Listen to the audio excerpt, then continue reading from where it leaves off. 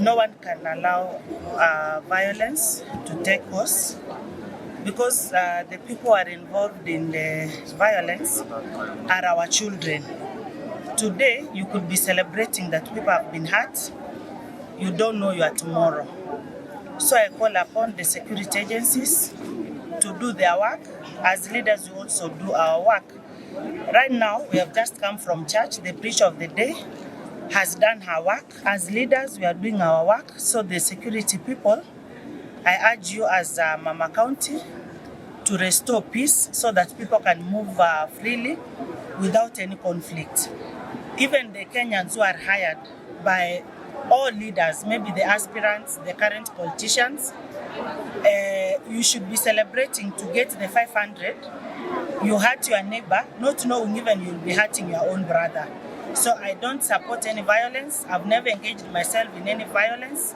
I'm speaking from Kisii County. I remember very well sometimes back, I also encountered the same. We condemned it in the social media, in the media houses, and everywhere where we managed to air. So I stand firm that violence is not tolerated. Let everyone do his or her work so that you can have a peaceful Kenya. Right?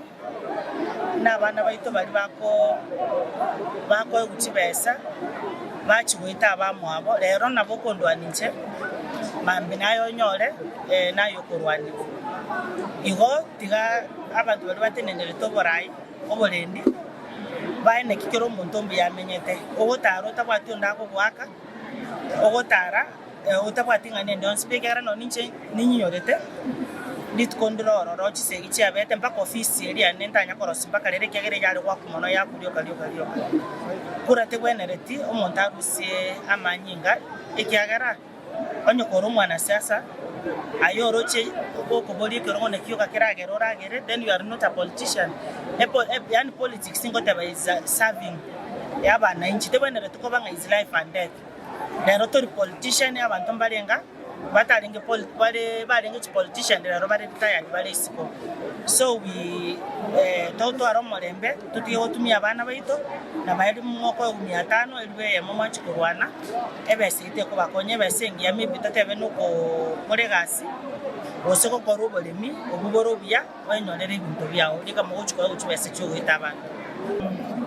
Gender-based violence, if there is anyone who champions for it, is Donya. Number one, we've seen the statistics. Kisii, actually the larger Nyanza, we are not doing very well in terms of teen pregnancy. We are having babies. So I call upon the chiefs through the CHPs to spread the word.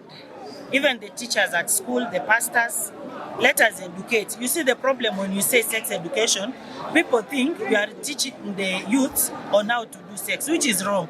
Until the day we will understand what sex education means, I think it's the day we will have an overthrow of this gender-based violence, because gender-based violence, when it is sexually done to our young girls, it is very harmful. And also now the real one of the fights that we are witnessing in our homes, the young girls being abducted, being killed, our parents fighting before the children. I think the best people who can do this, let me say, education are the church leaders, the teachers at school, and the mentors in